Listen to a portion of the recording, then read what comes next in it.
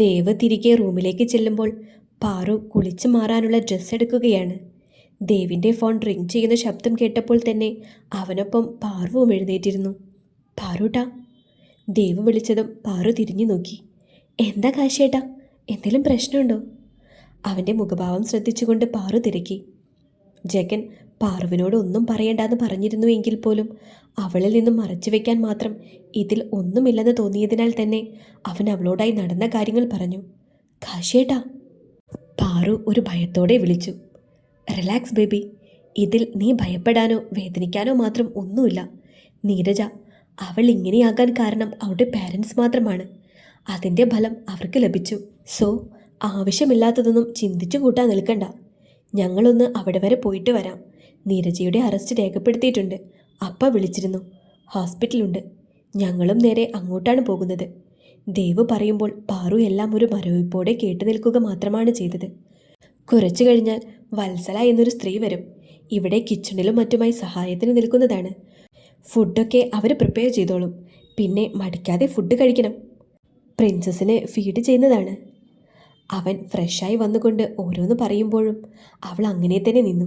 അവളുടെ മനസ്സിൽ രാഗിണിയുടെ മുഖം മായുന്നുണ്ടായിരുന്നില്ല. പാറുട്ടാ, അവളിൽ നിന്നും മറുപടിയൊന്നും ഇല്ലെന്ന് കണ്ട് അവൻ ഗൗരവത്തോടെ വിളിച്ചു. നമ്മൾ കാരണമാണോ കാശിയേട്ടാ ഒരു കുടുംബം മുഴുവൻ നശിച്ചത്? ഞാൻ ജീവിതത്തിലേക്ക്. പാർവതി! അവൻ്റെ വിളിയിൽ പാറു ഒന്ന് ഞെട്ടി അവനെ നോക്കി. അപ്പോഴാണ് താൻ എന്താ പറഞ്ഞു വന്നതെന്ന ബോധ്യം അവൾക്ക് വന്നത്. കാശിയേട്ടാ, ഞാൻ നോക്ക് പാറു, ആ ഫാമിലി ഇന്ന് ഇങ്ങനെ ആയിട്ടുണ്ട് എങ്കിൽ അതിന് കാരണം അവർ മാത്രമാണ്. പാറൂട്ടൻ അറിയാത്ത ഒരുപാട് കാര്യങ്ങളുണ്ട് ഇതിൽ. നീരജ, അവൾ നീ വിചാരിക്കുന്നതിലും അപ്പുറമാണ്. പാറുവിൻ്റെ അവസ്ഥ മനസ്സിലായതുപോലെ അവൻ അവളെ ചേർത്ത് പിടിച്ചുകൊണ്ട് പറഞ്ഞു നിർത്തി. ദേവാ!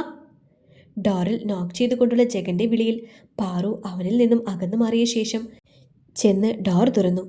പാറുവിൻ്റെ കരഞ്ഞു വിങ്ങിയ മുഖം കണ്ടപ്പോൾ തന്നെ ജഗന് ദേവ് എല്ലാം അവളോട് പറഞ്ഞിട്ടുണ്ട് എന്ന് മനസ്സിലായി. പാറു! ജഗൻ പാറുവിനെ ചേർത്ത് പിടിച്ചുകൊണ്ട് അകത്തേക്ക് കയറി. നിന്റെ വിഷമം ആ സ്ത്രീയെ ഓർത്താണെങ്കിൽ ഓക്കെ. കാരണം അവരൊരു സാധു സ്ത്രീയായിരുന്നു. മറിച്ച് നീ കാരണം എന്നൊരു ചിന്തയിലാണ് ഈ വിഷമമെങ്കിൽ അതിൽ ഒരു പ്രസക്തിയുമില്ല. അതുകൊണ്ട് അനാവശ്യ ചിന്തകളൊന്നും മനസ്സിൽ നിറയ്ക്കണ്ട. മനസ്സിലായോ ഏട്ടൻ്റെ പാറുവിന്? ജഗൻ പറഞ്ഞു നിർത്തിയതും പാറു അവനെ നോക്കി തലയാട്ടി. ഇറങ്ങാം ദേവാ. വത്സല ചേച്ചിയെ ഞാൻ വിളിച്ചു. അവർ ഒരു 10 മിനിറ്റ്സിനുള്ളിൽ എത്തും.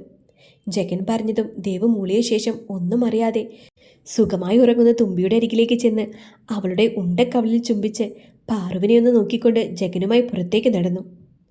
പാറു കുളിച്ചു വരുമ്പോഴേക്കും കോളിംഗ് ബെല്ലിൻ്റെ ശബ്ദം മുഴങ്ങിയിരുന്നു. സഹായത്തിനായി ഒരു സ്ത്രീ വരുമെന്ന് പറഞ്ഞതുകൊണ്ട് തന്നെ അവൾ മുഖമൊന്ന് അമർത്തി തുടച്ച ശേഷം ചെന്ന് ഡോർ തുറന്നു. ഒരു 10-40 വയസ്സിനടുത്ത് പ്രായം വരുന്ന ഒരു സ്ത്രീ. കോട്ടൺ സാരിയാണ് അവരുടെ വേഷം. അതും അലസമായി ഉടുത്തിരിക്കുന്നു. പാറു അവരെ നോക്കി ചിരിക്കാൻ ശ്രമിച്ചു. വത്സല അപ്പോഴും അവളെ സൂക്ഷിച്ചു നോക്കുകയാണ്. വർഷങ്ങളായി അവരാണിവിടെ ജോലിക്ക് വരുന്നത്. അതിനാൽ തന്നെ ദേവിനെ പറ്റിയും ജഗനെ പറ്റിയും ഏകദേശം എല്ലാം അവർക്കറിയാം. കുറച്ചേറെ നാളുകളായി ഈ വീട് പൂട്ടിക്കിടക്കുകയായിരുന്നു. ഇടയ്ക്ക് ജഗൻ വരുന്നതല്ലാതെ ദേവിനെ പറ്റി കുറച്ച് വർഷങ്ങളായി യാതൊരു അറിവുമില്ലായിരുന്നു. അതിനാൽ തന്നെ മറ്റൊരിടത്ത് ജോലിക്ക് കയറിയതായിരുന്നു. കഴിഞ്ഞ ദിവസമാണ് ജഗൻ വിളിച്ച് വീണ്ടും ഇങ്ങോട്ട് വന്നു തുടങ്ങണമെന്ന് പറഞ്ഞത്. നല്ല ശമ്പളം കിട്ടുന്നതിനാൽ തന്നെ അവർക്ക് മറിച്ചൊന്നും ചിന്തിക്കേണ്ട കാര്യമില്ലായിരുന്നു. പാറുവിനെ അവർ സംശയത്തോടെ നോക്കി. കുഞ്ഞേതാ? ഞാൻ കാശിയേട്ടൻ്റെ. കാശിയോ? അതാരാ? ജഗൻ സാറിൻ്റെ വല്ല ബന്ധുവാണോ? ഞാൻ ദൈവിക് കാശിനാഥൻ്റെ ഭാര്യയാണ്. ദേവ് സാറിൻ്റെയോ? അവർ വിശ്വാസം വരാതെ നോക്കി. പാറുവിന് അവരുടെ നോട്ടത്തിൽ എന്തോ അസ്വസ്ഥത തോന്നി. മുകളിൽ നിന്നും തുമ്പിയുടെ ചുണുങ്ങിക്കരച്ചിൽ കേട്ടതും പാറു വേഗം അവരോട് പറഞ്ഞ് അങ്ങോട്ട് നീങ്ങി. കുഞ്ഞുണ്ടോ? ഇതൊക്കെ ഉള്ളതാണോ എന്തോ? കുറച്ച് വർഷങ്ങൾക്ക് മുൻപ് വേറൊരു പെൺകുച്ചുമായി മോതിരമാറ്റമൊക്കെ നടത്തിയിരുന്നല്ലോ, അത് പോയോ? എന്തായാലും എനിക്കെന്താ, കാശുള്ളവന് പെണ്ണ് കിട്ടാനാണോ പാട്? ചുണ്ടിനിടയിലിട്ട് പറഞ്ഞുകൊണ്ട് വത്സല അടുക്കളയിലേക്ക് നടന്നു. ദേവും ജഗനും ഹോസ്പിറ്റലിൽ ചെല്ലുമ്പോൾ സത്യയും നീരജയുടെ ചില ബന്ധുക്കളുമുണ്ട്. അപ്പാ! സത്യയെ കണ്ടതും അവർ അയാൾക്കരികിലേക്ക് ചെന്നു. എന്താ അപ്പാ, എന്താ നടന്നത്? ജഗൻ അയാളോട് തിരക്കി. അവരുടെ വീട്ടിലെ സെർവൻ്റ് ഇല്ലേ, അവരാണ് വിവരം അറിയിച്ചത്.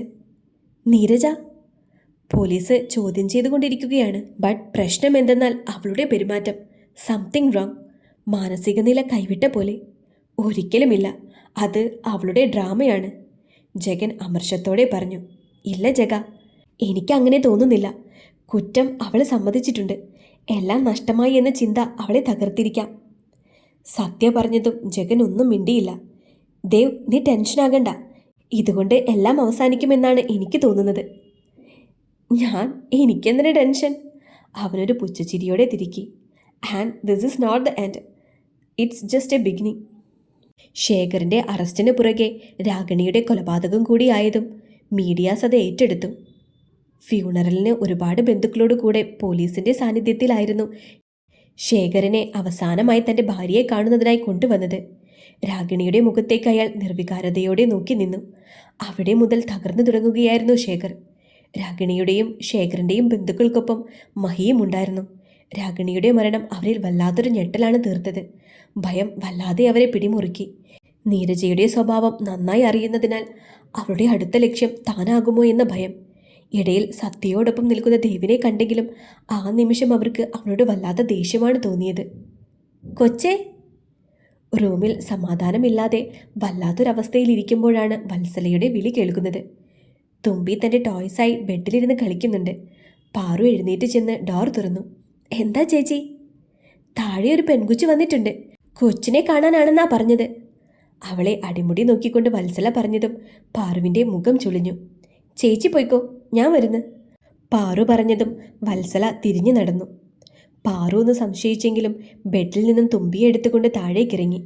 എന്നാൽ താഴെ ലിവിംഗ് റൂമിലിരിക്കുന്നവളെ കണ്ട് പാറുവിന് തോന്നിയ ആശ്വാസം ചെറുതായിരുന്നില്ല. അമ്മൂട്ടാ വിളിക്കുമ്പോൾ പാറുവിൻ്റെ സ്വരമിടറി. പാറൂസേ. അമ്മുവും ചെറിയ ചിരിയോടെ അവിടെ അരികിലേക്ക് നടന്നു. അമ്മുവിനെ കണ്ട് തുമ്പി പാറുവിൻ്റെ കയ്യിലിരുന്ന് അവളിലേക്ക് ചായാൻ തുടങ്ങി. വാടാ പൊന്നെ. പാറുവിൻ്റെ കയ്യിൽ നിന്നും തുമ്പിയെ എടുത്ത് അവിടെ ഉണ്ടക്കവളിൽ അമർത്തി മുത്തി. അത് ഇഷ്ടപ്പെട്ട പോലെ ചിരിക്കുന്നുണ്ട് കുഞ്ഞിപ്പെണ്ണ്. ഇതെല്ലാം നോക്കിക്കൊണ്ട് വത്സല ഒരു വശത്ത് നിൽപ്പുണ്ട്. പാറു അപ്പോഴും അമ്മുവിനെ നോക്കി നിൽക്കുകയാണ്. എനിക്ക് ഒത്തിരി പറയാനുണ്ട്. നമുക്ക് നിന്റെ റൂമിലേക്ക് പോകാം. വത്സലയുടെ നിൽപ്പും നോട്ടവും ഒന്നും പിടിക്കാതെ അമ്മു പാറുവിനെ നോക്കി പറഞ്ഞതും പാറു അവളുമായി മുകളിലേക്ക് നടന്നിരുന്നു. എന്തൊക്കെയോ വശപിശ കൊണ്ട് മൊത്തത്തിൽ. കണ്ടുപിടിക്കാം. അവരെ നോക്കി പറഞ്ഞുകൊണ്ട് വത്സല അടുക്കളയിലേക്ക് പോയി. ഇപ്പോൾ നീ ഇങ്ങനെ കിടന്ന് കരയണത് എന്തിനാ പാറു? നിന്നോടും ദേവിചേട്ടനോടും ഒക്കെ ചെയ്തു കൂട്ടിയതിനുള്ളതാ അവളിപ്പോൾ അനുഭവിക്കുന്നത്. അതിൽ ബലിയാടാകേണ്ടി വന്നത് ആ സ്ത്രീയാണെന്ന് മാത്രം. ഇനി അടുത്തത് അവരാ, ദേവിചേട്ടൻ്റെ അമ്മ എന്ന് പറയുന്ന സ്ത്രീ. നിന്നോട് ചെയ്തു കൂട്ടിയതൊക്കെ നീ പുറത്താലും മുകളിൽ ദൈവം എന്നൊരു ശക്തിയില്ലേ മോളെ. എന്നെങ്കിലും അവർക്കും കണക്ക് പറയേണ്ടി വരും. അമ്മു അരിശത്തിൽ പറഞ്ഞു നിർത്തി. വേണ്ട അമ്മു, ഇങ്ങനെയൊന്നും പറയണ്ട. ദേ പാറു, ഞാൻ നിന്നെ വല്ലതും ചെയ്തു പോകും. അവളൊരു സർവം സഹായ കളിക്കാൻ വന്നേക്കുന്നു. നിനക്ക് മതിയായില്ലേ പാറു? ഇങ്ങനെ അയ്യോ പാവമായി നടന്നിട്ട് എന്ത് നേടി? ഈ കുഞ്ഞിന് അവളുടെ അച്ഛൻ്റെ സ്നേഹമാണ് 2.5 വർഷങ്ങൾ അവരൊക്കെ കൂടി നിഷേധിച്ചത്. ഭ്രാന്തനെ പോലെയാണ് ആ മനുഷ്യൻ നിന്നെ തേടി അലഞ്ഞത്. മതിയാക്ക പാറു. ഇനിയെങ്കിലും നിന്റെ ജീവിതത്തിൽ നീ കുറച്ച് സ്വാർത്ഥത കാണിക്കേ. അമ്മു പറഞ്ഞതും പാറു അവളെ ഇറുകെ പുണർന്നുകൊണ്ട് പൊട്ടിക്കരഞ്ഞു. മാ. വിതുമ്പൽ നിറഞ്ഞ ആ കുഞ്ഞു ശബ്ദം. പാറുവും അമ്മുവും പെട്ടെന്ന് തിരിഞ്ഞു നോക്കി. ബെഡിലിരുന്നു കൊണ്ട് കണ്ണുകളൊക്കെ നിറഞ്ഞ് ചുണ്ടുകളൊക്കെ വിതുമ്പി ഇപ്പോൾ പൊട്ടുമെന്ന രീതിയിൽ പാറുവിനെ തന്നെ നോക്കുവാണ് കുഞ്ഞിപ്പെണ്ണ്. പാറുവിൻ്റെ കരച്ചിൽ കണ്ടതിൻ്റെ സങ്കടമാണ് തുമ്പിക്ക്. പാറു മുഖം അമർത്തി തുടച്ചുകൊണ്ട് തുമ്പിയെ വാരിയെടുത്ത് അവളുടെ നിറഞ്ഞ കണ്ണുകളിലും വിതുമ്പുന്ന കുഞ്ഞു ചുണ്ടിലും മുത്തി. അമ്മയുടെ കണ്ണ ഒന്നുമില്ലാട്ടോ അമ്മയ്ക്ക്. അവളെ തൻ്റെ നെഞ്ചിലേക്ക് ചേർത്തുകൊണ്ട് പാറു പറഞ്ഞു. അപ്പോഴേക്കും അവർക്കുള്ള ജ്യൂസുമായി വത്സല കയറി വന്നിരുന്നു. പാറുവിൻ്റെ കരഞ്ഞു വിങ്ങിയ മുഖത്തേക്ക് അവർ സൂക്ഷിച്ചു നോക്കി. പിന്നെ ഒന്നും മിണ്ടാതെ താഴേക്ക് പോയി. ഇവരെന്താടി ഇങ്ങനെ? എനിക്കെന്തോ ഇവരെ അത്രയ്ക്കങ്ങ് പിടിക്കുന്നില്ല. ആവോ. തുമ്പി ഇപ്പോൾ അമ്മുവിൻ്റെ മടിയിലാണ്. അവളുടെ കയ്യിൽ ഒരു കുഞ്ഞ് പട്ടിക്കുട്ടിയുടെ പാവയുണ്ട്. അതിൻ്റെ വാല് പറിച്ചെടുക്കാനുള്ള കഠിന പ്രയത്നത്തിലാണ്.